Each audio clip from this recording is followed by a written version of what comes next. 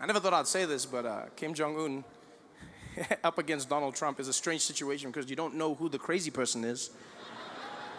Kim Jong-un actually released a statement. The leader of North Korea, he released a statement saying, Donald Trump is a psychopath. I cannot work with him. Do you know how insane that is? For him to send a message about Donald Trump, where he's just like, guys, I'm wild, but I mean, I don't know this guy. And Donald is crazy. People ask me all the time, they go like, Trevor, come on, you're not being serious. I meet South Africans, they go like, Trevor, come on, man, Donald can't be that crazy, man, eh? Come on, you've got to give him a bit of credit, man, something. Guys, that guy's crazy. Then they'd be like, is he that stupid in real life? Then you're like, yeah. Then he's like, so is he stupid like Malima and them? Then I'm like, no, guys, Julius is smart, don't play those games. I know people get tricked by Julius Malema and Jacob. Those guys are smart. Especially Jacob Zuma. People get fooled by him, you know, because he's got that cute vibe. Always giggling. That guy is a master tactician. Look now, vote of no confidence. Survived again. People are shocked. How did he do it? How did he do it? If you watch Days of Our Lives, he's the Stefano De Miro of this game.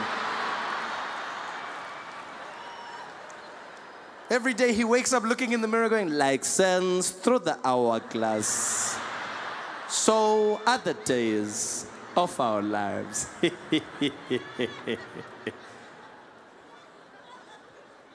a lot of people make that mistake. I've realized a lot of people make that mistake.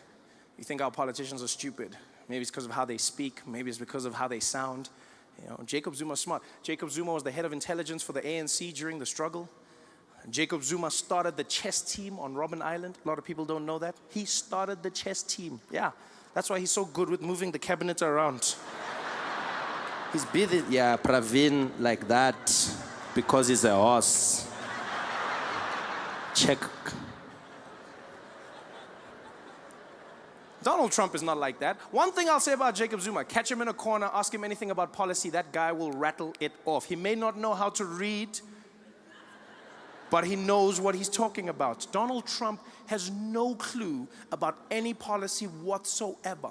He knows nothing about geopolitics. He knows nothing about his healthcare. Every time Donald Trump answers a question, you know he doesn't know the answer because he answers it like he's a contestant in one of his own beauty pageants. That's how he answers it. Every time you see Donald Trump on TV, you can see he's making it up as he's going along. They'll be like, Mr. President, can you tell us about your healthcare rollout and how pre-existing conditions are going to be covered? I know. We're gonna have so much coverage, folks. The best coverage, all the coverage. I'm gonna get it, all of it. It's gonna be so good, great. Some people even say the best. But how is it gonna work? It's gonna work. It's just gonna work, folks. It's gonna work. It's gonna be done. I'm gonna do it. It's gonna be done. And the people in South Africa and Iraq and the countries and health and insurance, and we're gonna do all the things healthy with the money and also, thank you.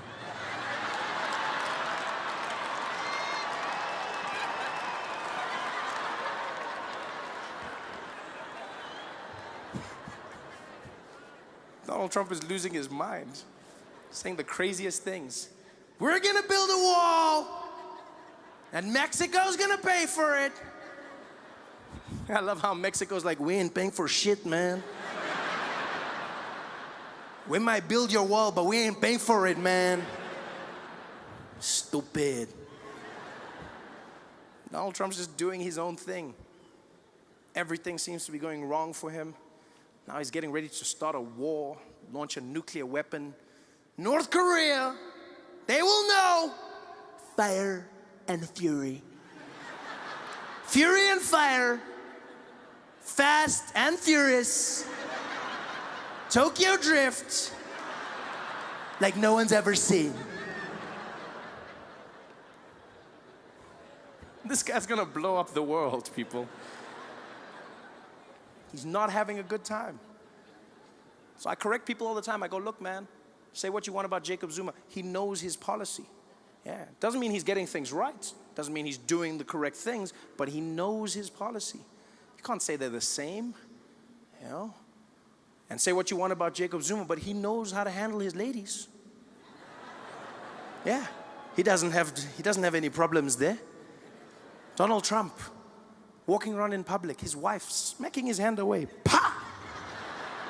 In public. Do you know how embarrassing that was? Donald Trump was there, trying to hold Melania's hand. She just slapped it away. He tried to grab it and she, pa! And then the second time, tried to grab it and she just did like a little thing. And everyone was like, are they okay? Are they fighting? I was like, yeah, of course they're fighting. They're having a horrible time. Completely horrible time. And you don't even need to see the video of the hands to know that they're having a bad time. I've had a theory for a long time that Donald Trump and his wife are not in a happy relationship. And I don't want to start any rumors, but I've noticed this. You know, I've noticed it in their speeches. Every time Donald Trump or Melania speak, it seems like they're throwing shade at each other. They're giving a speech, but they're actually talking trash about the spouse. Every time, all you have to do is listen to the subtext of what they're saying. For instance, Melania Trump came out. She made a speech about her platform as First Lady. In America, every First Lady gets to choose what their dream job is going to be, what they're going to be doing to help the country. Michelle Obama says she's going to help kids get healthy meals and workouts. Melania Trump came out, and what did she choose? She came out, no one forced her, and she was like, as First Lady, I believe we need to fight against the cyberbullying. All of the people on the Twitter who are saying the bad things, we need to stop them. We need to make sure that they cannot carry on what they're doing. I was like, do you know your husband, lady? And now I realize she was doing it on purpose. They were having a fight. Yeah. She probably got home that night, dropped her keys on the table. Donald Trump was sitting in the living room, turned on the lights. Hi, Melania. I saw what you said about me on the news. It was very not nice. Oh, hello, Donald. I didn't see you sitting over there. I thought you were watching the cartoons. You know I was watching the news, Melania. I watch all the news. Fake news. So what are you going to do about it, Donald? You want a war? You've got a war. I'm gonna get you, Melania. You're gonna pay. Do your worst, Donald. Oh, it's on. I'm the best at worst. The next day he came out, gave a speech. What did he say? We've got to get rid of all these immigrants, folks. All these immigrants need to leave this country.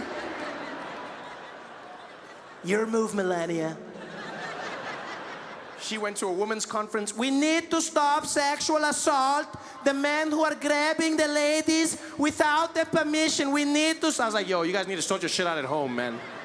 I remember the worst encounter I had with the TSA was out in Burbank, California. Tiny little airport, and I was flying out and I was coming to New York, right?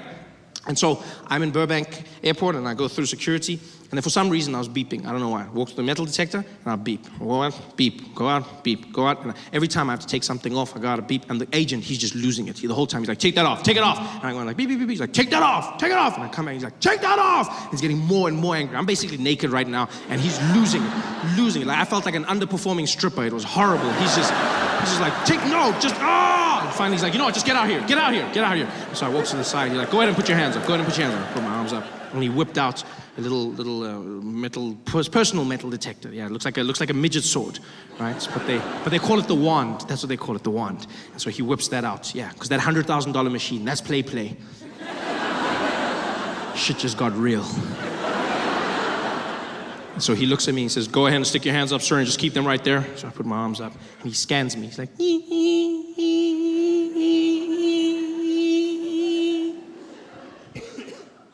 You got any metal objects on you? I'm like, well,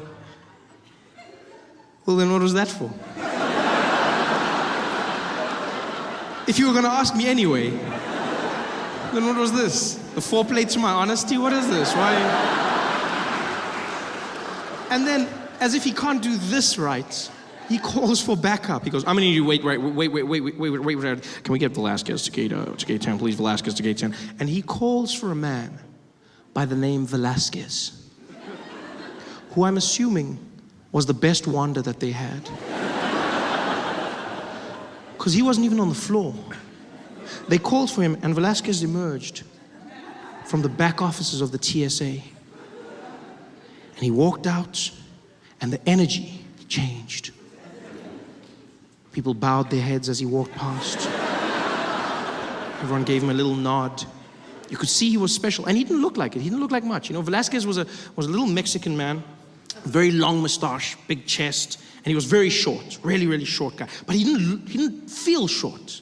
Like, he looked short, but he didn't feel short. Do you know what I mean? Like he had this thing. You know those short people that are so confident, it looks like they just chose to grow low.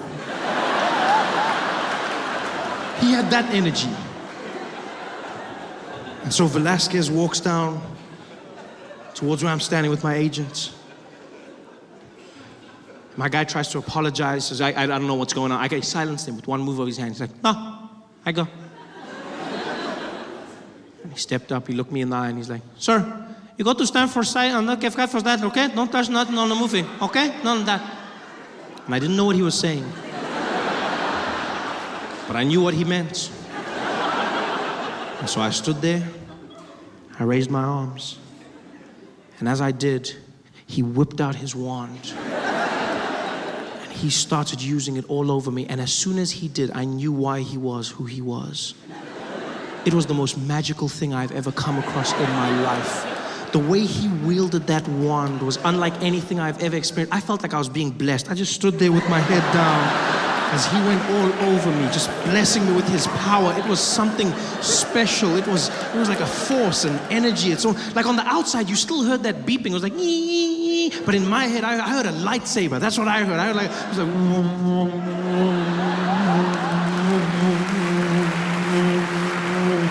because he was to me, a little Mexican Jedi. In fact, that's exactly what he was. It was my Mexican Jedi. Which, by the way, I feel would be a welcome addition to the Star Wars franchise. Yeah, no, I'm a big fan. I'm a huge fan of Star Wars. I love Star Wars.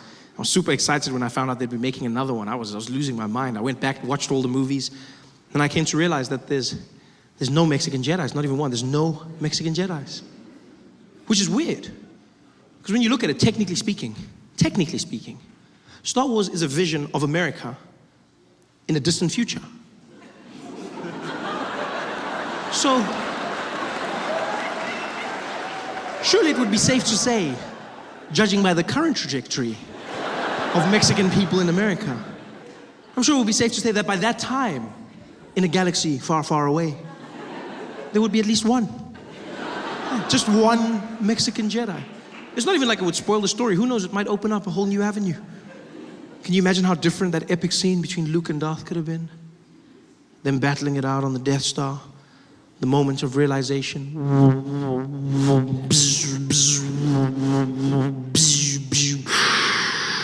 Luke. What do you want, you evil man? Luke. What do you want from me? No. Luke, man. Luke.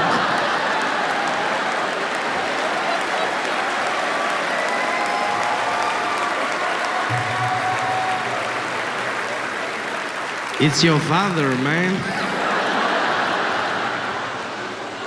But the pilots are calm, they cool. You know, you get into the air, they start making useless announcements that you don't even care about, you know, just to give you that feeling that he knows what he's doing. You get up there as the seatbelt lights go, boom.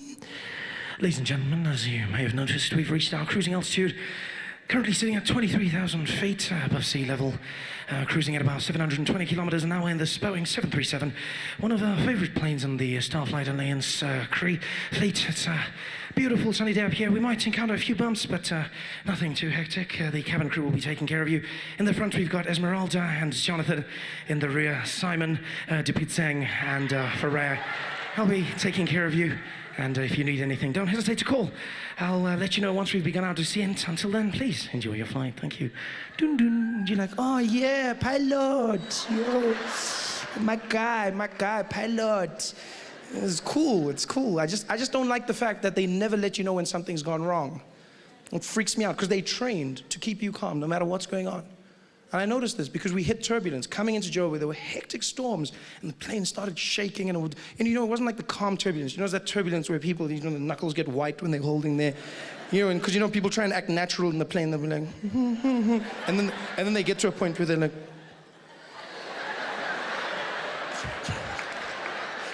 when that point comes, and like everyone is panicking, except the air hostesses. They're amazing. I love how they do it, Like you'll hit the turbulence, and be like, things are falling, the bags are hitting the sides of the compartments, people are panicking, and except they just move through naturally. It's freaky. It's almost like their lower half is not connected to the upper body, because they'll just carry on. They'll be like, yes, you guys, would you guys like some coffee? Yeah, okay. There you go. Be careful, it's hot. Thank you. Right then. Anything for you, sir? Yeah, okay. Okay then, just pass me a apple juice, all right, thank you very much. There you go. Would you like some ice? No ice, thank you. You know how they do it. And then the pilot has the nerve to come on. In the middle of the biggest storm ever, the plane is shaking, the wings are tilting slightly upwards. You think you're gonna die. It's like, people are screaming. It's like, ladies and gentlemen, we've encountered some slight turbulence. We'll ask that everyone return to their seats at this point and refrain from using the lavatories. Please note we will be flying at a high altitude to try and alleviate the problem. Also, keep your seatbelts fastened, and no hot drinks will be served at this time for your safety. Thank you very much, and I'll speak to you in a moment once we've gotten out of this bumpy patch. Speak to you in a moment. That moment might never come. He doesn't tell you this. When the nationwide flight lost an engine, the pilot said nothing. There, it just fell. Quiet. I don't want a pilot like that. I want someone who lets me know. I want to know before I'm going to die. I want to know. I want to say a prayer or two. I want to prepare myself, I want to forgive everyone that I hate in the world. Give me a chance. Give me a chance. But they don't, pilots. No, they don't. I bet people who die in plane crashes don't even know they've died. Must be the worst feeling in the world. There's like a whole bunch of confused people popping into heaven like, poof. I swear these airports change all the time. I never know where to go. I'm like, are we in heaven? Oh, wow, I can't believe we made it, hey? I can't believe, wow, this is amazing. And there's St. Peter at the gates, and he's like, hey, come forward, please, come forward. Come forward. She's like, here you are, I'm St. Peter. How about you? Yeah, I know, many of people are shocked. Just come. I get that all the time. Just come. No, I just thought that, no, don't worry, just come, please. Just wait till you see Jesus. Come.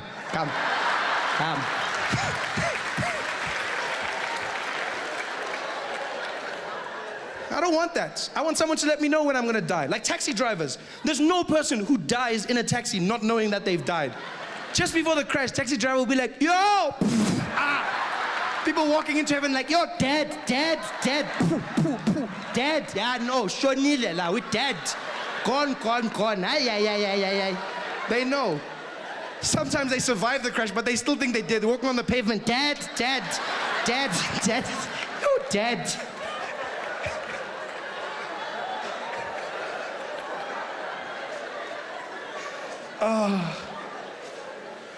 But luckily we did land safely in Johannesburg. We landed safely and everyone clapped when the plane landed. Yay! Clapped and walked into the airport terminal building.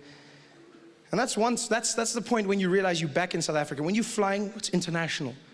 And then when you land at any of our airports, and if you listen carefully, you realize that you're back. Like South Africa, once again, the world went there.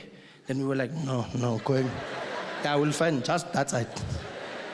Because all over the world, they conform to a norm, and that is in airports, women make announcements.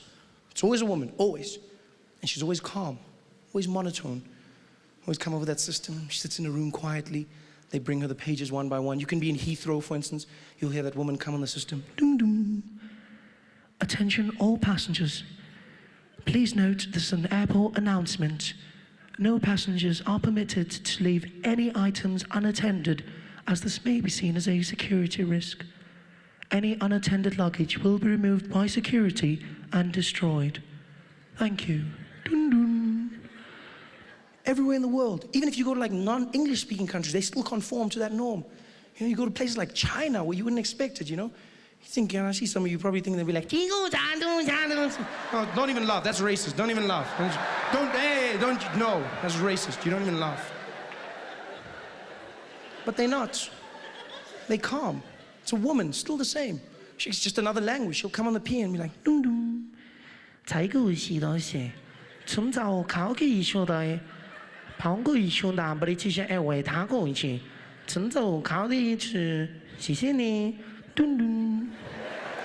And you know they've conformed. And then you land in South Africa. And you know you've landed. You know that you're back home when you walk into the airport terminal building. You walk in, and I don't even know if they audition the people who do it. No. It's almost like whoever's closest to the mic gets to do it first, you know? It's the craziest thing. Luckily, 99% of the time it's a woman, but she'll come on. It's the craziest thing ever. As you walk in, she'll come and be like, dum dum. Attention all passengers.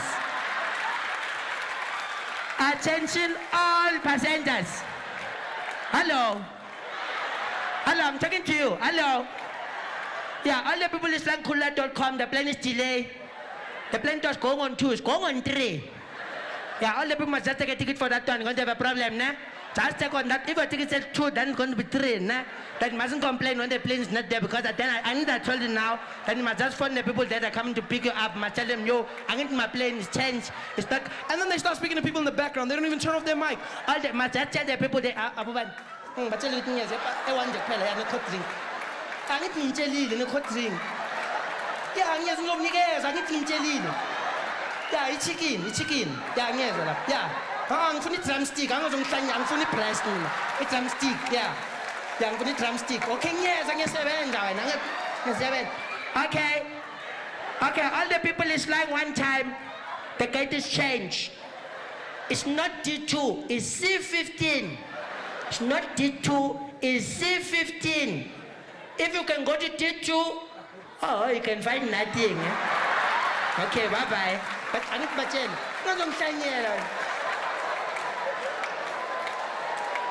That's why I love coming home. I get to see the stories from a different angle. I get to enjoy it all. I'm so happy to be back. But everything has flipped on its head. 2 years. You know, guys, going away for 2 years is not a long time. And you come back to South Africa and everything has flipped on its head. I went away for 2 years. I come back and white people are on strike. I thought it was a Leon Schuster sketch. In the streets, white people marching, and immediately you're like, these people have no experience.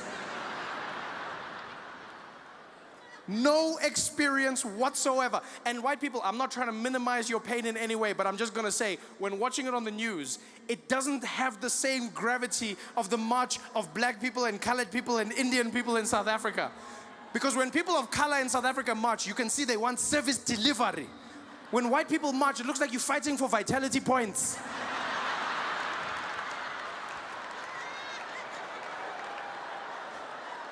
It's just not the same.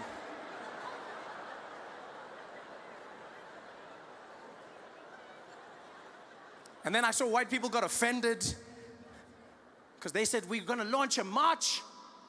Zuma must go. Zuma must fall. We want him gone. And then black people didn't join. And white people like, why don't they join? Why won't they join us? Yo, why won't they join? Because it's racism. Huh? We're marching for this country and they don't want to march with us because it's racism. That's why they don't want to join us. No, guys. Black people are not joining your march. It's not because of racism. It's because of rhythm.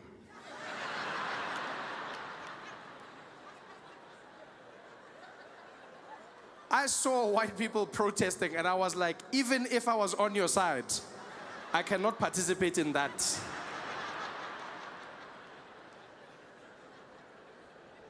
The best white marches South Africa had were 3 old white ladies who had the worst struggle song I've ever heard in my life. Sounded like a lullaby converted into a struggle anthem. Zuma must go, Zuma must go, Zuma must go, Zuma must go, Zuma must go, Zuma must go. Yo, I can't march to that, guys. I don't even know where to begin. You realize a march is all about rhythm, right? 10% of every march is the issue, 90% is the beat. When black people march, you need to encourage others to join. Along the way, you need to pick up stragglers. Just some people who get into the rhythm as you move past. Some guys are just there as you walk past. House, house, give up, house, give up, house, house, da da da, house, give up, house, house, give up, house, da da, house, house, give up, house, give up, house, house. Ah, people are joining. People are joining. It's got power. You realize black people are marching from Soweto to Pretoria. You need a march that will move you. Every stride has purpose in it. House, house, house, house, house, house, house, house. Moving. Zuma must go. Zuma must go. Zuma must go. Zuma must go. Zuma must go. Zuma must go. Guys, we're not even getting to Craig Hall like that. Asfigi. Marching with that song to Pretoria, by the time we get there, Zuma left by himself. Chilling there in his house in Dubai. Laughing. Did they only arrive just now?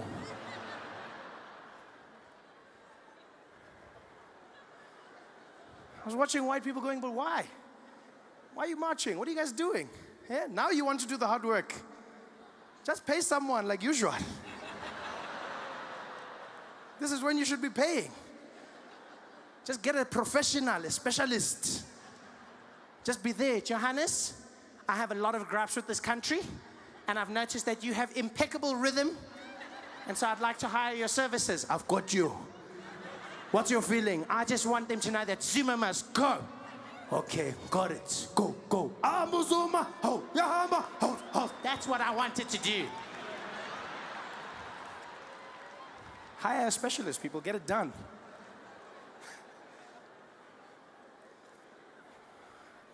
This song will get you nowhere. It's a frustrating time, though, man.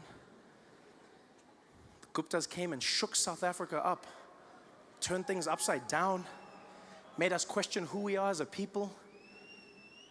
I've been away for 2 years. I came back, and I'll tell you now, the racial tension is palpable. You can feel it. You can feel it. All of a sudden, everyone looking at each other in a different light. You're like, damn, McKinsey did a good job. Because don't get me wrong, South Africa wasn't perfect, but it wasn't like this. You know, 2010 had us in a different feeling.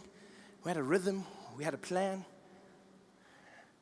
And then all of a sudden, it fell apart. Now we're looking at each other with shifty eyes. Separated. The Guptas did a good job. People are angry, and I understand why, you know. But sometimes I think people's anger gets out of hand, you know. Like I saw people fighting because the Guptas had a wedding at Sun City. And at that wedding, they only hired white people to serve them. And people were like, they're racist, they're racist. Okay, maybe they're racist. Or maybe the Guptas are doing what every black person dreams of doing when they get enough money.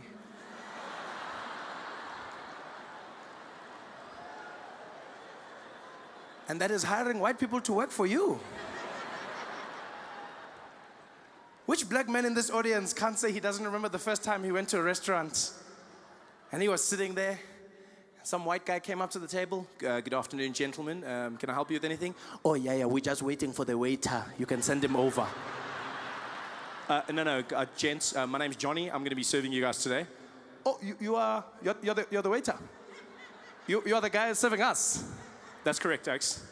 Oh, wow, look at that. Well, in that case, Johnny, let's start with the specials menu, please. Just rattle it off, rattle it off. All right, guys, we've got a carpaccio on the menu, really fantastic. We've also got a seafood salad that's really impeccable. On the dessert side, the chef is doing something different with the creme brulee. And then our special lionfish of the day is going to be a hake, lightly grilled. Okay, thank you very much. Just give us a moment to chat about it and we'll see. See you in a bit. Johnny. All right, thank you very much, guys. Hey, can you believe it? Yeah? Can you believe it? On my beck and call. Watch this. Johnny. Yeah, what's going on, guys? Nothing. Carry on. This is power. And it was a Sunday morning. I was in bed, still asleep. It was early in the morning, maybe like 9 or 10 o'clock. And the phone rings.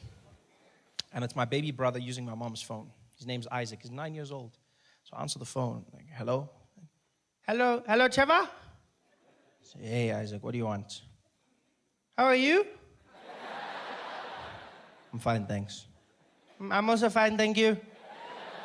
I'm fine, thanks, and how are you, Isaac? I'm fine, thanks, and how are you? I'm fine, thank you. It's a pleasure. Trevor, are you busy? Yeah, sort of. Why?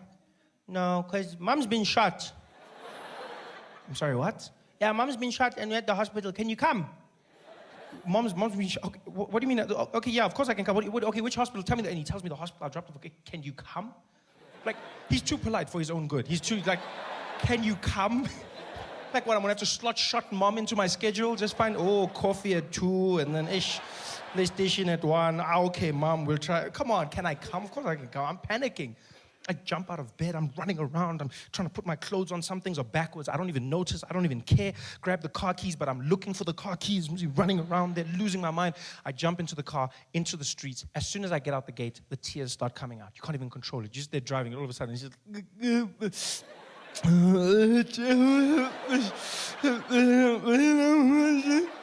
I'm driving, I'm trying to hold it back, but then I get to the traffic lights, the robot is red, and I just let it out. It just comes out. No,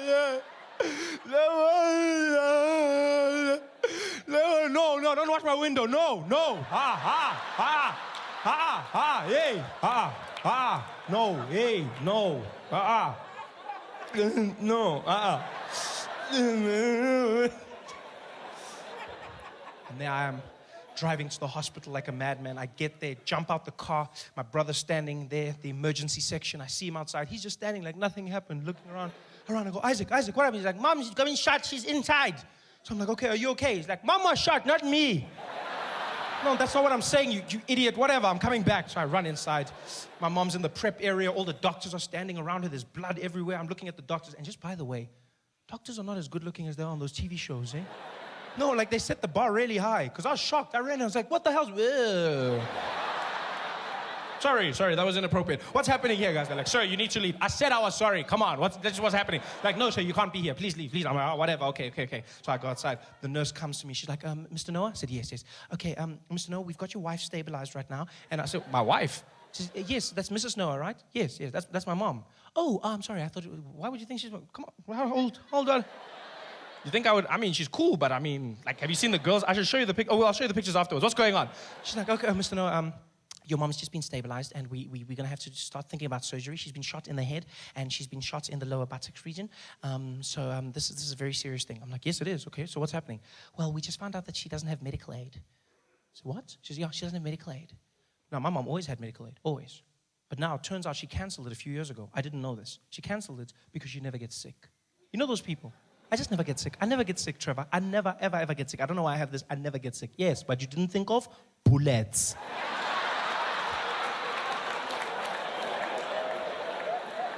Now she's in the hospital, no medical aid. So I said to the nurse, well, what does this mean? She says, well, Mr. Noah, it means we're going to have to put her back in the ambulance and send her to a public hospital. I said, but she's bleeding now. You can't say. She says, I'm sorry, sir. That's all we can do. She has to go to a public hospital.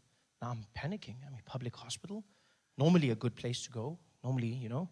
But now what's happening is there's just misadministration of funds, like money's going missing, you don't know what's happening, they don't have the right equipment. Now I'm picturing guys trying to fix my mom. There's the doctor, give me a scalpel, we got a spare now. Okay, bring it. At least it's a shifting. Okay, let's try something. I'm stressed. So I say, well, what do we do without medical aid? She says, well, there's nothing, sir. I said, well, what if I give you the money? She says, well, you don't know how much it'll cost, so you can't, unless you give us your card, and then we just work from there. So we'll take my card. Here's my credit card. She goes, sir, it can get very expensive. I said, this is my mom. This is my mom. Use the money. Go. She goes, you can tell me it's expensive. This is my mother we're talking about, you know? I realized through all of this, I've just neglected my brother. He's been standing there the whole time with his big eyes. So I'm like, hey, Isaac. Hey, Isaac. What's on your mind, man? You okay, big boy? He's like, Trevor? Yes. Can I come to your house and play PlayStation later today? How are you going to ask me about PlayStation? Your mom has just been shot. You can't be asking me about what the hell is wrong with you, stupid child. You know what? You're never going to play PlayStation ever again. Ever. No play PlayStation for you ever in your life. Ever. Go away. Go sit down and think about what you just... PlayStation, you're going to ask me. How the hell is going to ask me about PlayStation? The nurse comes back. She goes, okay, Mr. Noah, we just used 900 Rand for some blood tests. I'm like, okay, why are you telling me this? Yeah, because it's 900. This is my mom. Use the money. Go. She goes away. I'm like, 900 Rand. How are you going to tell me about that? She comes back again. She's like, Mr. Noah, we need 2,000 Rand for some x-rays. This is my mom, not a pair of jeans. Use the money. Go. She goes away. I'm like, this is my mom's going to die. Asking me questions here. Busy asking me, my mom's going to die. My mom's going to die. That's all I'm saying. And I say it. My brother hears me. He starts crying. I'm like, Isaac, I'm sorry. Are you okay? He says, I'm not okay. You said I'm never going to play PlayStation ever in my life. And I want to play Need for Speed, and now I can't play PlayStation. I'm like, you're still crying about play? You have no right to cry. You hear me? You shut up. Stop crying. You can't cry about this. You shut up. Now some woman comes out. She knows my mom's been shot. Now she thinks I'm telling my brother not to cry about my mom. She just gets involved. She's like, hey, you let him cry, okay? You let him cry. Some people express their pain in different ways. You let him cry. I'm like, I will not let him cry, lady. I will not let him cry. Many kids grow up without one, okay? It's just none of it. It's fine. Like, you should go play in the park or something. It's not a time to cry right now. What the hell? You spoil your kids. That's your problem. You should take it away from them so that they can learn about life. You both shut up. All of you, shut up. I'm telling them this. The nurse comes back. She goes, Mr. Noah, we're ready for surgery. I'm like, so do the surgery. She says, yeah, but sir, this could get very expensive. ICU and surgery is very expensive. I'm like, lady, what is expensive? This is my mother. She says, so well, anyway, from like 20,000 Rand. This is my mom, all the way to like 500,000 Rand.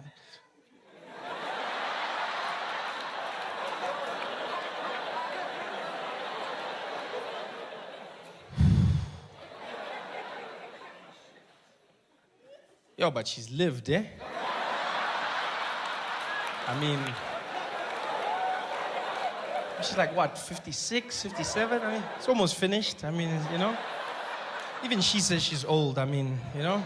And you said the bullets in the head, and head, it's finished. Yo, because now we need to pay for the funeral, and we need to buy scones for everybody, and this guy needs a PlayStation, you know? So, I don't know if... She's like, sir, we need the go-ahead, otherwise we can't do anything. I said, okay, well, use the card. Just use the card. We'll handle the debts. She goes away. I'm stressed. Because I've seen this happen to people. Go into a hospital, you don't have enough money, use your credit card, next thing you're in debt for years, and the person could die. Yeah, the person dies. And when they die, the doctor doesn't give you your money back. No.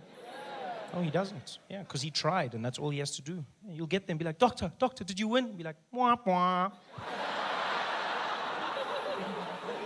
And your money's gone. That's all I was stressed about. But the most amazing thing happened. Turns out, my mother wasn't that badly hurt. It was a miracle, really.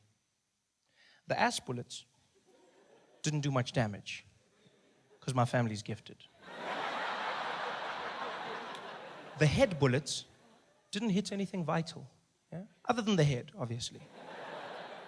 But it missed her spinal cord, missed the nerves, didn't touch the brain, went right through, missed the eye, hit the eye socket, and so deflected, and all it did was it cut a piece of her nostril off, just one side, and the bullet went out clean, which means she didn't have to go in for intensive surgery, and her recovery was only a week.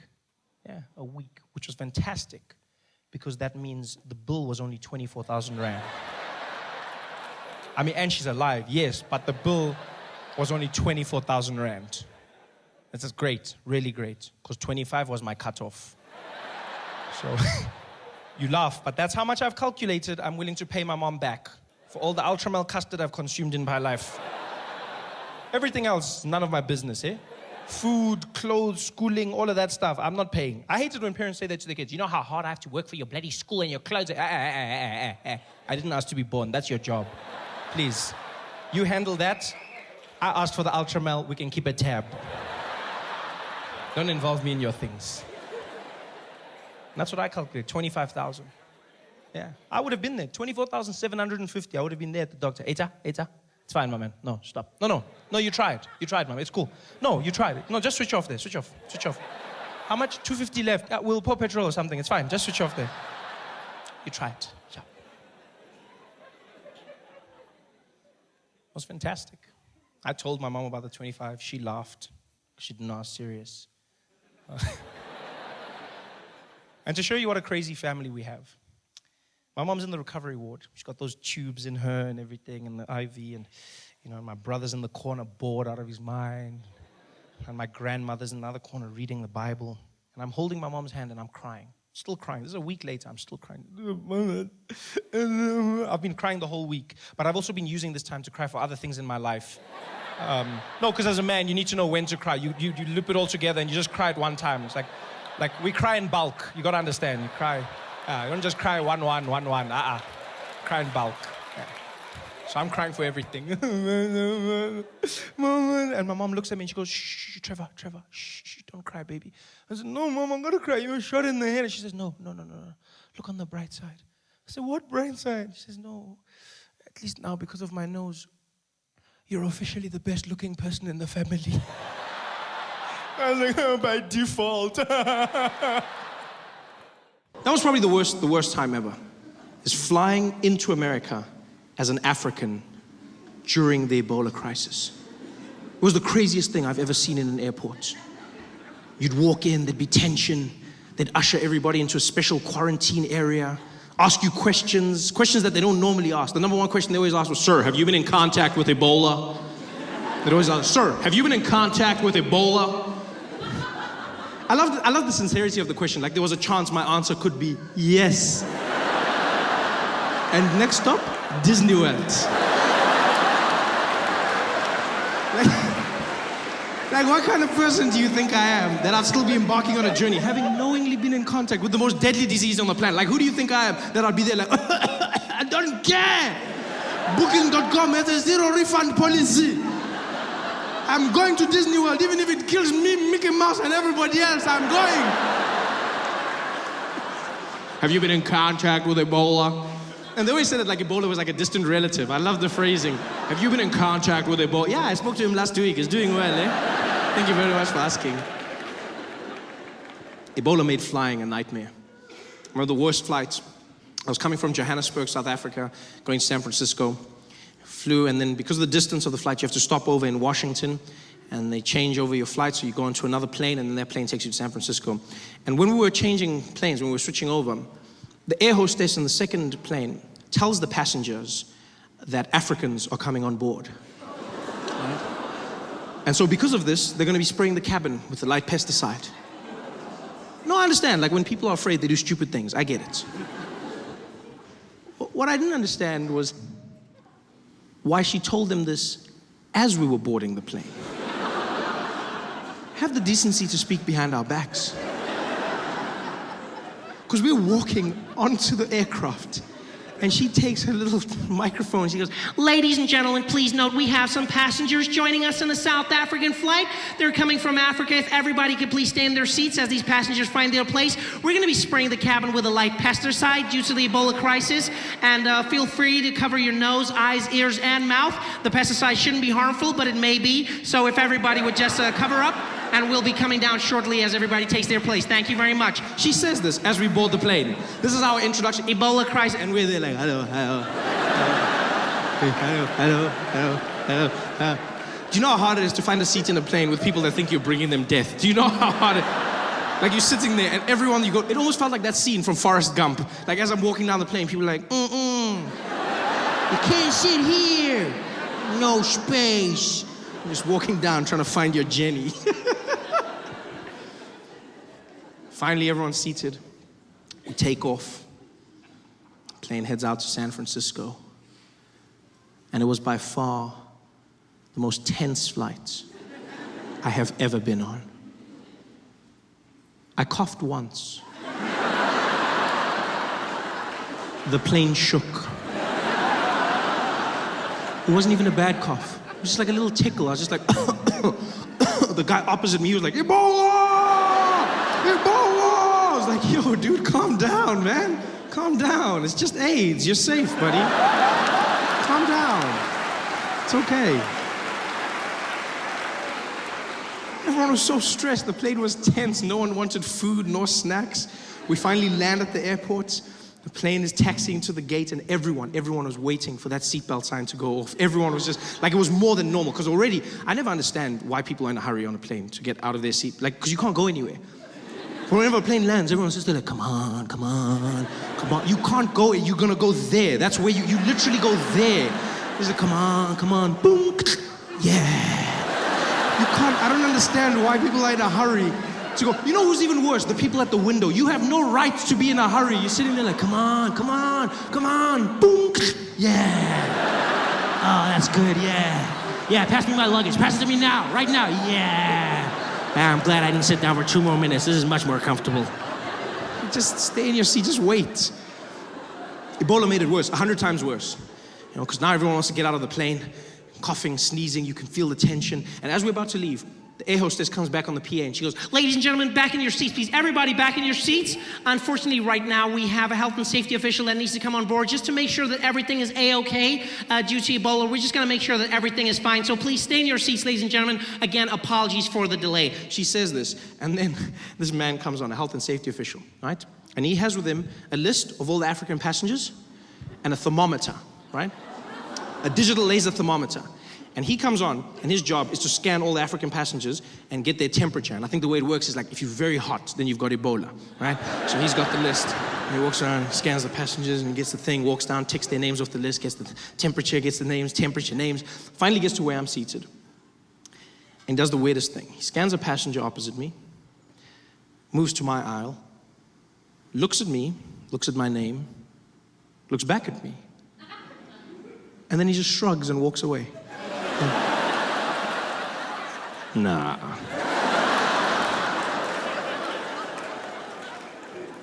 Almost as if I wasn't African enough. I've never felt so conflicted in my life. Yeah, because don't get me wrong, like, I never want anyone to think I have Ebola. But I also don't want anyone to assume that I can't have Ebola. You don't know me. You don't know what I'm capable of. I could have all the Ebola in the world. And this guy just ignored me. He walks away. I'm there trying to cheer myself up, like, chin up, Trevor, you could have Ebola. Chin up, kid, come on, you could have Ebola. And he walks to the back of the plane. He scans the rest of the passengers, gets to the tail, and he realizes he's now missing a name. So he looks back through the plane, can't figure out what's going on. I know it's me, but I'm not gonna help him. Yeah. He had his chance. He had a good Ebola man and he let him go. And so I watch him panic. And as he panics, the air hostess comes back down the plane and she goes, hey, what's going on? I need to get the people out of here. He goes, yeah, I know, I got a problem on the Ebola list. I can't figure out where the passenger is. And she's like, yeah, I gotta get the people out. He's like, look, I know this is killing me as well, but I just gotta figure out. She's like, yeah, if I don't get them out, I'm dead. I gotta get the people going. It's like, yeah, I know, just calm down, just give me a second. And now you can feel the tension building in the plane. People start whispering, there's murmurs going around. Because some people are hearing pieces of the conversations, like broken telephone as it goes down the plane. All they're hearing is, yeah, Ebola killing me, people. She's like, yeah, dad, everybody out of here, dad. And it's like you feel the tension.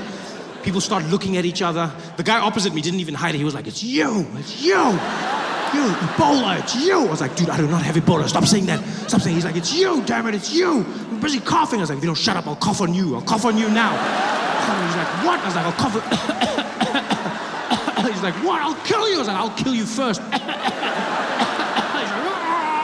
everyone in the plane starts losing. The people are going crazy. Everyone is stressed. People want to leave. And in the middle of the chaos, in the midst of all of this, I'll never forget a Middle Eastern man, maybe 4 rows behind me, dressed in very traditional garb. He stands up and he sticks his head into the conversation being had between the air hostess and the safety official. And he goes, excuse me, pardon me, sorry to interrupt. I couldn't help noticing what you are talking, I just want to say, maybe you want to check. I noticed that gentleman over there was coughing a little bit. The man, he never write anything for him. I thought he was wearing a hood, something about him. I don't know, something. Just made me a little bit uncomfortable. I thought maybe you want to check. There is, you know what they say, see something, say something. Yeah, I just, maybe you check there. I did go to Zambia, though. Fantastic place, Zambia. Went there, visited the place, had a good time. While I was there, I had a chaperone who really made my trip. His name was Ali Nani, a sweet guy. And his job was to get me accustomed to the Zambian culture, you know. And every day he would give me a new piece of information, some more interesting than others. Like one day he looks at me and he goes, Trevor, you know Zambia is a very, very conservative nation, huh? I said, oh, okay, Ali. He says, yeah. So please, stay away from profanity. I said, oh, okay, I can do that, you know. And I assumed he meant swearing, right? But I didn't say anything because I wasn't sure if he meant a person or swearing. I wasn't like, no, because in Zambia, people have names like profanity. So that's how I laughed when I meant screwdriver, eh? That's the same way I laughed. Yeah, because you see, in South Africa, we have African names you can translate, like happiness, blessing, hope, those kinds of names, right? But then in Zambia, people give their names, like their children, they give their children names of everyday English words, anything. So like table, chair, car, house. Yeah, you see like this, you just have to get used to it. It's very hard, but you have to keep a straight face. Which was difficult because I met a mechanic who had sons named Brake and Clutch. And that was not, especially when Brake was running around causing chaos. And his dad was there like, stop it, Brake, stop it, Brake, stop it, Brake. And I was like, hey, stop it, Brake. But you have to get used to it. It's a cultural thing, and so you have to respect it. And the second warning Ali gave me was even stranger. We're driving through Lusaka, the capital. And Ali looks over at me in the car and he goes, Trevor, you know here in Zambia, we're a very God-loving nation, eh? I said, oh, okay, Ali, that's a good thing to know. He says, yes. So while you are here, don't be gay. So what? He says, I know it can be tempting sometimes, but don't do it, huh? Don't be gay. Don't be gay? I've never been warned of this in my life. Don't be gay. Hey, bro, don't be gay. Don't be gay. Don't be gay. Crazy warning to get. But then I found out why Ali was warning me. Turns out in Zambia, being gay is illegal. If you are found to be gay, you will be arrested and sent to prison for more than 30 years. Yeah. Which is a bit of a weird punishment.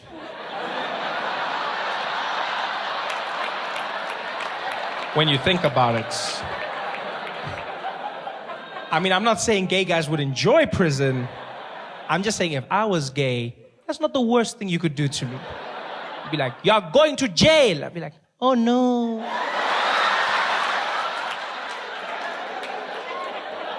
Don't be gay. I couldn't believe this. Gay is a crime in Zambia. Which got me thinking, if gay is a crime, that means the police have to monitor it. They actually have to police gay. Yeah. Which means in their police force, they have a gay division. It's a crime. It's a crime. So that means they've got a murder unit, they've got a robbery unit, they've got a white-collar crimes unit, and then they've got a gay unit. Huh? Yeah, they've got a little G unit in their police force that's responsible for all things gay. That must be the most fun police force to be in the world. You get to go undercover, dress up really nice, get in touch with your flamboyant side, you know, just have a good time. I bet the sergeant's there every morning, briefing his detectives. Good morning, detectives. Welcome, everybody. Today we will be launching a sting operation. We have just been informed of a fashion show that will be taking place. And as you know, the gays cannot resist the latest trends. Therefore, we will be in full attendance to apprehend each and every one of them. Let us make sure we are here. Detective Chipua, present. Detective Table, present. Detective Mungai, present. I think he's in too deep.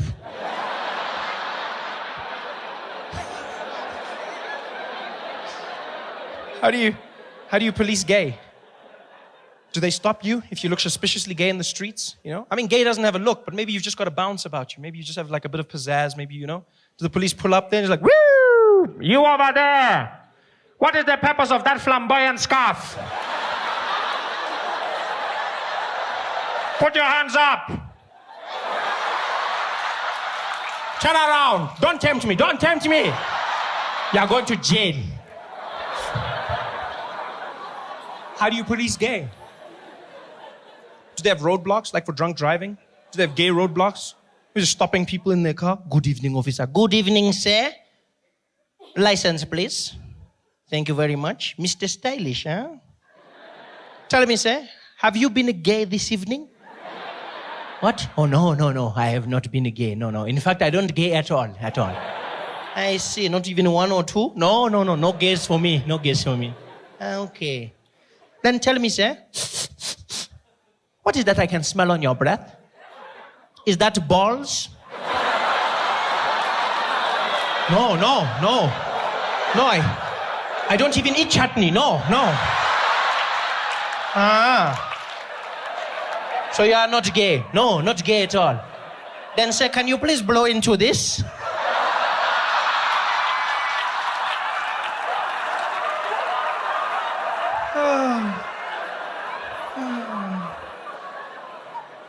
Don't be gay. I was not gay while I was in Zambia, so I had a good time. Went around, saw the people. The highlights of my trip came when on my day off, I asked Ali for suggestions. Ali said to me, maybe you should drive around Lusaka, meet some of the people, just have a good time. I said, Ali, I want to do something special. He said, okay, well, in that case, maybe you can go to the mall. And if you are lucky, maybe you can ride the escalators, huh? So what? Yeah, I'm not promising anything. But if you are early, maybe you can go once or twice. So escalators, I know, mind-blowing, huh? I thought he was messing with me. Until I found out people in Zambia go to the mall just to ride the escalators. Seems ridiculous till you understand the backstory. When we were in Zambia, there were only 5 public escalators. 5 in the whole country. The first escalator was built in August. Yeah. Not August 19. No. You guys remember August? August. You guys remember that? They built their first escalators ever. Yeah. And so now it's all the rage. People go to the mall just to ride escalators. Yeah. But now, I don't want you to picture like some dusty village. That's not what Zambia is. It's a beautiful place. They're developing just as we are. They've got roads, they've got airports, they've got beautiful hotels, stunning shopping malls. They've got everything we've got, even faster internet. They just never had escalators. And now they started building them. And because of that, people go there and they just spend a day riding escalators. Dads will go home and fetch their kids. Children, we are going to the mall. To do what, Daddy? To do shopping. And to ride the escalators. Yay! We couldn't believe this, so we went to the mall, right? We get to the mall is empty. Escalators are packed. People are standing in lines, going around, doubling back on themselves. There's old people, young people, even couples. There were couples. Guys that actually picked up women by saying, I'm going to take you to the escalator, girl. Ooh, you're so fancy, eh? Escalators. Some people didn't even know how to ride the escalators. Kids were easy. They just jumped on. Old people would panic. There was one guy who got on the escalator and it was going up. And I guess to compensate for something in his mind, as it went up, he started leaning. He fell down. He was hurt so badly. Oh, it was fantastic to watch. We spent like 3 hours doing this, just watching people riding escalators. And you know what? Our patience paid off. Because in hour 3, the most fantastic thing happened. A school brought a class of children to the mall. And their excursion was just to ride the escalators. It was magic. 30 kids, about 5 years old, cutest things, wearing their little black and white uniforms. And they're standing there together holding hands. And they were so excited, so they're shining, not from excitement, that Vaseline. Just...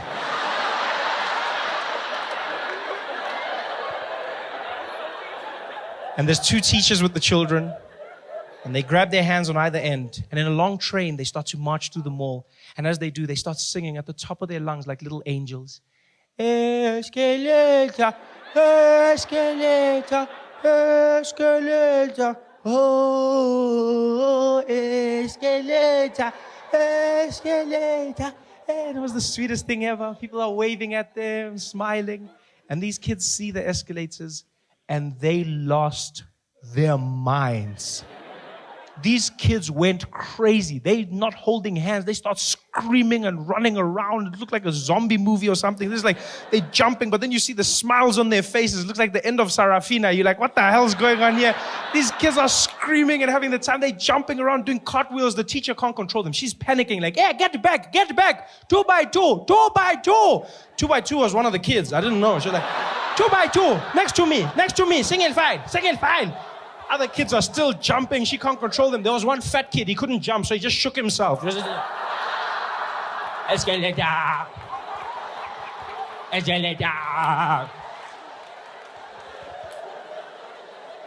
It was the most amazing thing I've ever seen in my life. It's like I had gone in a time machine to a time when escalators were new, brand new and popular. So popular that people were taking pictures of the escalators using their iPhones. Chipiwa, technology, eh? Who even thinks of these things, eh? Can you imagine? Hey, we are in the future now, man. Mechanical moving stairs, huh? What are we going to see next? I don't even know. I wonder how it works, eh? Let me just check there. Siri, how does an escalator work? I don't know, eh?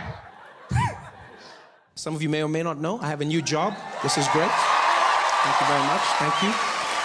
Yeah, so that's fun. Phoned my grandmother to tell her the good news, which was really cool. I don't think she understood what was going on, but still she was happy. Phoned my gran, and she was on the phone. I was like, Granny, I'm going to be on the Daily Show. And she's like, ooh, Trevor, I'm so happy for you. You got a job. I said, no, Gogo. No, I already had a job, Gogo. I already had a job. She's like, no, you didn't. Did you have an office? I said, no. She's like, then it wasn't a job. Well done, Trevor. My mom was a bit better. I phoned her. She was on the ball. You know, she was really excited for me. And to give you a bit of a backstory, I have 2 younger brothers.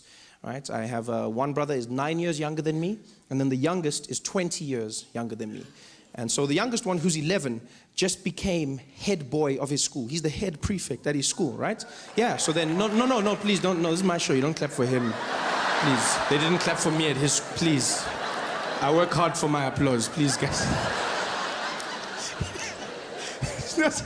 So anyway, I phoned my mom. I phoned my mom to tell her my good news. And I'm on the phone with her, and I'm like, Mom, this is happening. She's like, oh, baby, I'm so happy for you. Oh, this is so wonderful. Oh, I'm so happy. This is so great. Oh, and did you hear what happened with your brother? He became head boy at his school. Oh, I'm so happy. Both my boys are doing big things.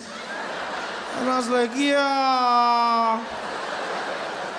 Some things are bigger than others. She's like, no, baby, it's all the same to me. It's all the same. I was like, you say that, but I mean, you know. If you had to choose. She's like, okay, fine, I'll be honest. You were never a prefect, so... Damn it! That's when I wish I had a physical phone. Yeah? That's when I wish I had a landline. You know, I have those landline moments in my life where I wish I had an old school phone so I could slam it down. Young people will never know the joy of slamming a phone at the end of a call. Like, cell phones have robbed us of that. That feeling, you know, where you get to tell the person, screw you! Bah! Ah, it feels so good. They feel it on the other end, like, ah! It's like you punch them in the ear. Now with phones, you've robbed of all of that. You know, there's no sense of power. Screw you! That's all you have. And you can't even press the screen hard because you're scared you're going to crack your own phone. You don't... I hate cell phones so much. I think they're robbing us of our intelligence. I honestly believe cell phones are going to be the reason that human beings devolve. We're going back to the Stone Ages because of those things. Everything about them is turning us into apes again. Neanderthals. I was looking at my thumbs the other day. I spend so much time texting and sending messages that I feel like they've started curling over like monkey's hands. I've gotten really good at typing and grabbing branches. Everything about those phones is robbing us of our humanity. We were proud because we evolved, we stand, we walk tall. And then we got our phones. And now every day we spend like this. And over time we're gonna go back Dumb. Have you tried to have a conversation with someone on their phone? Literally sounds like a caveman. Just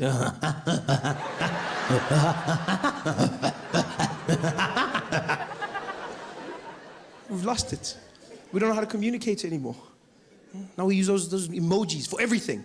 Emoji, emoji, emoji, emoji. No one even uses words. Send a paragraph to your friend. Had a great date, did this. It was so funny. They reply. And did you hear? She died. Ooh. That's it. No words. Emojis are basically the cave drawings of 2015. Yeah, we judge cavemen. We think they were primitive because we couldn't find any words in their pictures. Someone's going to think the same thing of us. The way we look at cavemen and go, oh, look at them, they couldn't write. Oh, the caveman, he was so simple. Oh, and he was hunting, and he had a family. Oh, simple. Someone's going to see our messages in 1,000 years. Be like, oh, look at that. Oh, the people of 2015, simple. Oh, yeah, look at that. Oh, they laughed, and they cried. Sometimes they laughed until they cried. Yeah. Some of them were blind in one eye, yeah. But that didn't stop them from having fun. Aww. And there were monkeys that didn't talk. Aww. Monkeys that didn't listen. Aww. And they were always dancing in red dresses. Aww. 2015, a simple time. We don't communicate anymore. But our emojis, phones are making us dumb. I fear most for women. You know, the most intelligent of our species. Yeah. And I fear for you. I fear, ladies. I fear for what the selfie has done to you. Women are obsessed with selfies. The average woman spends 50% of her day thinking about when she can take the next selfie. That's all she's thinking about. Oh, let's take a selfie. Oh, let's take a selfie. Let's take a selfie now. Let's take a selfie. Take a selfie of me taking a selfie of you. Oh, this is great. Selfieception. I love it. Everyone's just in there. Selfie, selfie, selfie, selfie. And you know what's fine? The pictures look great. The pictures look great. Instagram. Oh, like my picture, like my... Yeah, it looks normal. But have you seen what it looks like when someone makes a selfie? It is the creepiest thing you've ever seen in your life. A normal woman sitting by herself, having lunch, doing whatever she's doing. And all of a sudden she'll look at her phone and something in her head goes weird, and she transforms into a selfie monster. She literally just be there looking at her phone, going through stuff, and all of a sudden she's like...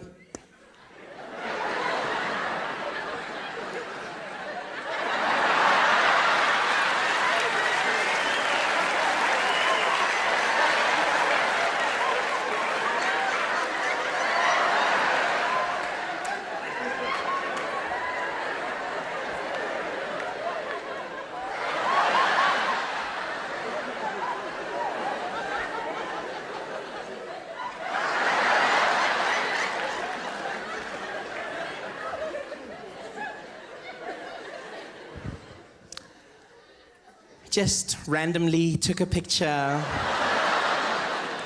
Caught off guard. Hashtag, I woke up like this. Hashtag, no you didn't. Hashtag, you crazy. Hashtag, stop that shit. You know, recently, because of my job on The Daily Show, I got invited to very prestigious events. You know, I've started getting invited to very, very fancy functions. Functions I would have never been invited to before. You know, recently I got invited to my uncle's wedding. Never knew me before this. And before that, I got invited to an event in New York called the Met Gala, right? A very prestigious event, yeah. Where 500 people are gathered together, different personalities from all walks of life come together. You know, actors, singers, painters, musicians, everyone. And you spend a night dressed very nicely, looking at history and art. Just walk around, smiling, looking sophisticated. Yeah, and it's so exclusive that they tell you exactly what you're going to be wearing at the event, right? So they not dress code, exactly what you wear. So I got phoned. They said, Trevor, we'd like to invite you to the Met Gala. I was like, wow, okay. And they said, and you will be wearing a Ralph Lauren suit. And I was like, oh okay, how much is that? Ralph Lauren. But they were like, no, we provide it for you. Ralph Lauren is going to be giving you the suit. And I was like, wow, I get to go to the Ralph Lauren store and pick up a suit for myself. They're like, no, the man, Ralph Lauren, is going to give you a suit. Do you know how mind-blowing that is? To meet the man whose name is on your clothing. That was just crazy. Like, that's never happened to me. I've never had the opportunity to meet the person whose name is on my clothing. I've never had the chance to say, pleasure to meet you, Mr. Price. Like...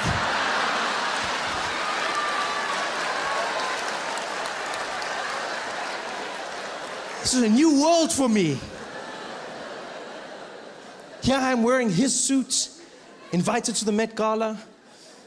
And they tell you it's going to be a fun affair, you're going to have a great time. You get there, you eat with some people, you talk, you laugh, you walk the red carpet, which sounds like fun. You know, red carpets sound like fun. Walk down a carpet, people take pictures of you. Yeah, it's a lot more stress than it seems.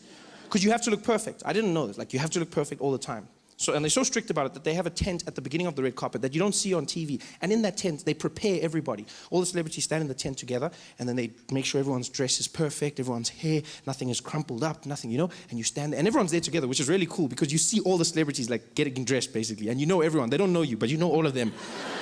So like you're there, you're just looking at people, and people are very nice. You're like, hey, how are you, how are you? It's like, oh, hi, I'm Trevor. Trevor, nice to meet you. It's like, oh, Beyonce. And you're like, yeah. Come on. Yeah, I know you from my bedroom wall. I know you. But you can't say that. You can't say, you see, because you got to look cool. You got to look cool. You know, you got to look like you belong. So now you're meeting people that you know, but you got to act like you don't know them, which makes you look like a jackass. Because now I'm there like, Trevor, who? Oh, Beyonce? Beyonce? Did I say it? Beyonce? Ah, nice to meet you, Beyonce. Ah, pleasure. Oh, and this? Oh, yeah. Oh, JZ. Nice to meet you, sir. Yes. You just look like an idiot. So I'm standing there getting ready with everyone. And then there's a guy who basically tells each person to walk out one at a time. Each celebrity, you walk out onto the red carpet. And there's 3 stations on the red carpet. When you walk out, the first section is American photographers. They take pictures for all of their magazines and newspapers. When they're done with you, you move down to the second section. That's the European photographers. They do the same thing for their magazines. And then you move to the last section, Asian photographers, Japan, China, that region. They take pictures, and then you walk into the event. So you walk to each one. They tell you to smile. Don't smile too much. Closes your eyes. Don't not smile. Makes you look angry. And pose with your body and your head. Pose body and head. Because some people make a mistake and then turn. Don't do that. Turn everything at the same time.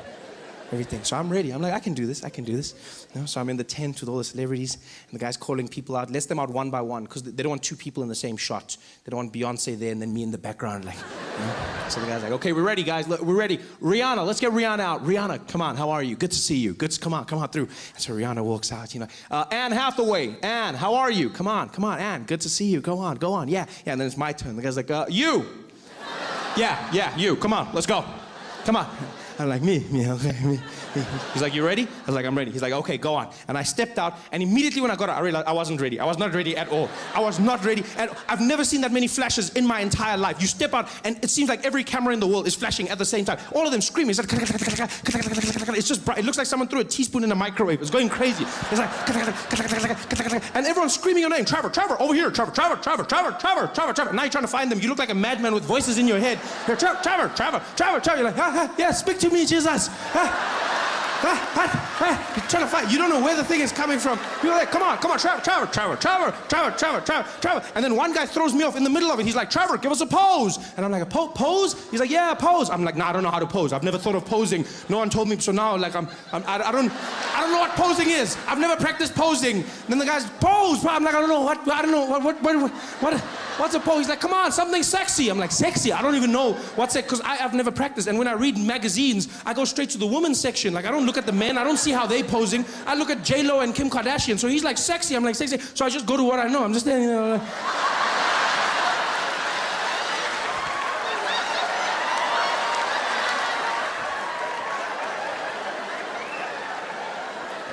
I was like, what the hell? Okay, stop that. Okay, that's good.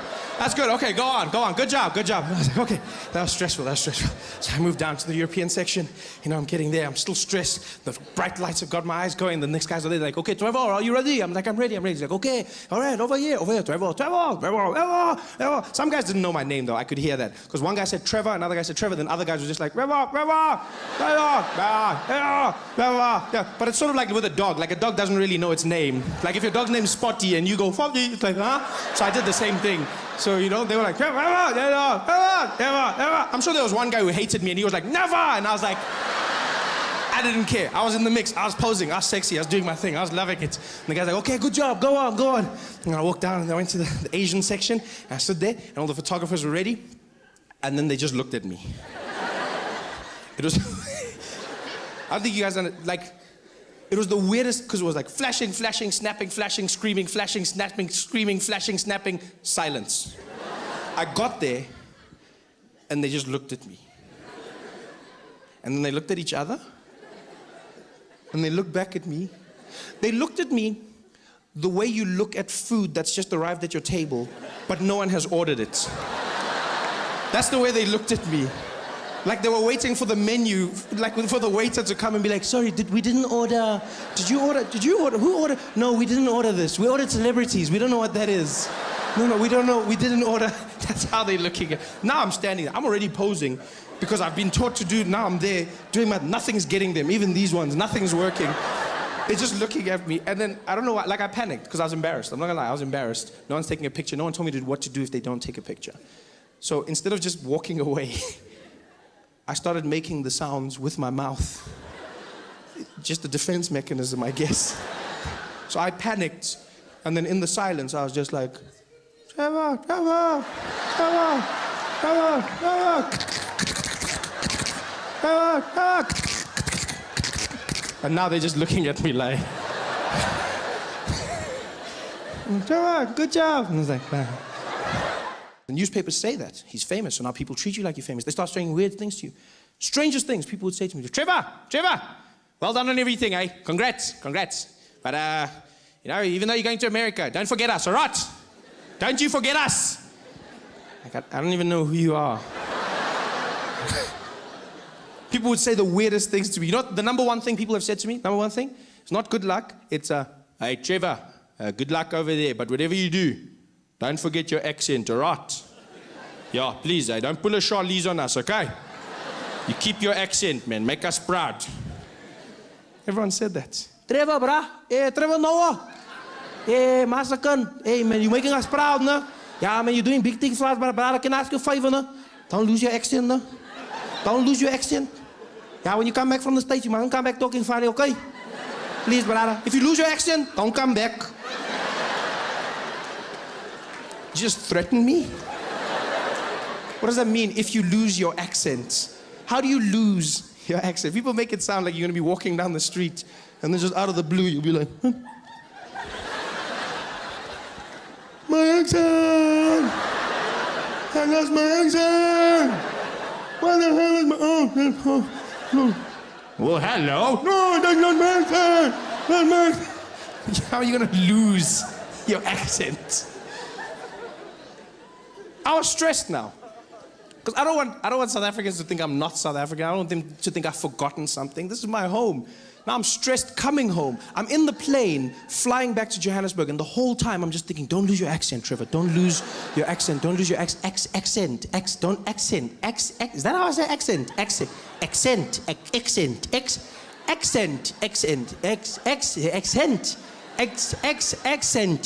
By the time I landed at OR Tambo, I was losing my mind. I walked in arrivals, the woman was there at customs. Welcome back to South Africa, sir. I was like, yes, I'm back. Same old Trevor. Nothing changed. Going crazy. Because I love accents. I really do. I love accents. I like learning languages, and so obviously accents are a byproduct of that. I've learned over time that even if you can't learn a language, an accent is a great way to communicate with somebody in your own language whilst trying to bridge the gap. You know, you learn somebody's accent, you communicate more effectively. The thing is, though, you have to learn the accent in the right way. If you're going to speak to someone in their accent and you do it in the wrong way, you might come across as racist. You've got to be very careful about this. White people in South Africa often fall into this trap. Yeah. It happens at petrol stations quite a bit. See people driving in with their friends, talking normally, sitting in the car. You know, so, I mean, if we get all the numbers together, marketing should be behind this. It should be a breezer, you know. HR's stepped up, and it's going to be a great year end. Look, we try and make sure that oh, sorry, hold on. Hello, Baba! Hey, sharp man. Please put Lapo full tanky, eh? 95, unleaded, yeah. Also, check our tires, eh? Pressure, pumpy, not too much, eh? 2.2, okay? Yeah, good jobby. Yeah, sharp, donkey boss. Don't do that. He's a grown man. He's been pouring petrol his entire life. He knows what you need. Just talk to him like a normal human being. That's the thing people don't understand. Speak to him like a normal human being. I used to get so angry. Whenever I'd see white people changing their accent when they talk to black people, I get so angry. I was like, are all white people racist? Is that what it is? You're all racist? And then I learned. Life taught me not to be so quick to judge. Yeah, I learned a valuable lesson. I was driving to Gold Reef City one day, into the backstage area, and the security guard came out to the boom, and he was like, hey, how are you, sir? Is your name on the list? I said, yes, how are you, Baba? My name is Trevor. He's like, okay, Chabal. I said, no, Trevor. He's like, oh, sorry, Chabal. I said, no, Trevor, Shalva. Trevor, Shalva. Trevor, Shalva. Trevor, Shaval. Trevor, Shaval. Trevor, Shaval.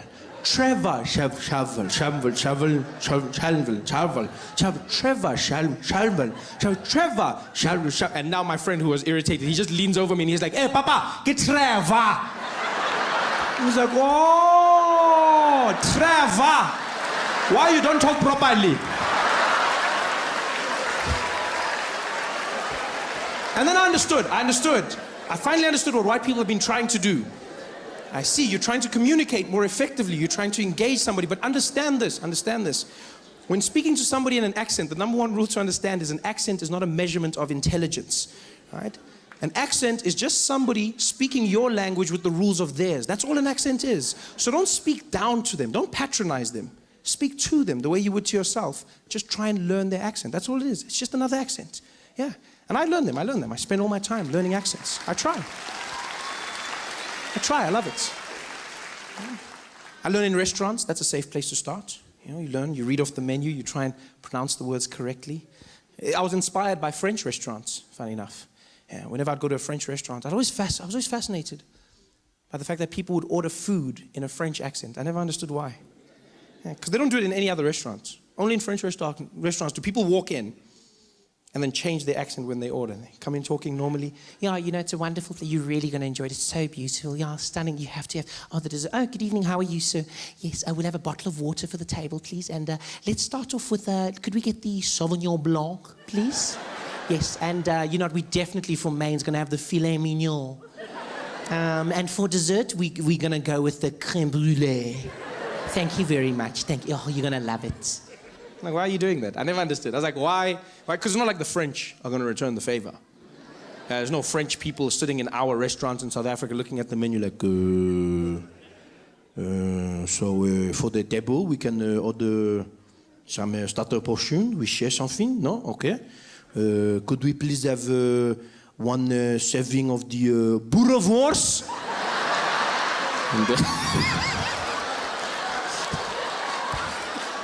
That's not gonna happen. Hey guys, thanks for watching. Make sure to subscribe to my channel so you can win cool prizes. And by prizes, I mean surprise. There's no prizes. It's a free YouTube video, you greedy. Just click the video, man. Why you want free things on free things?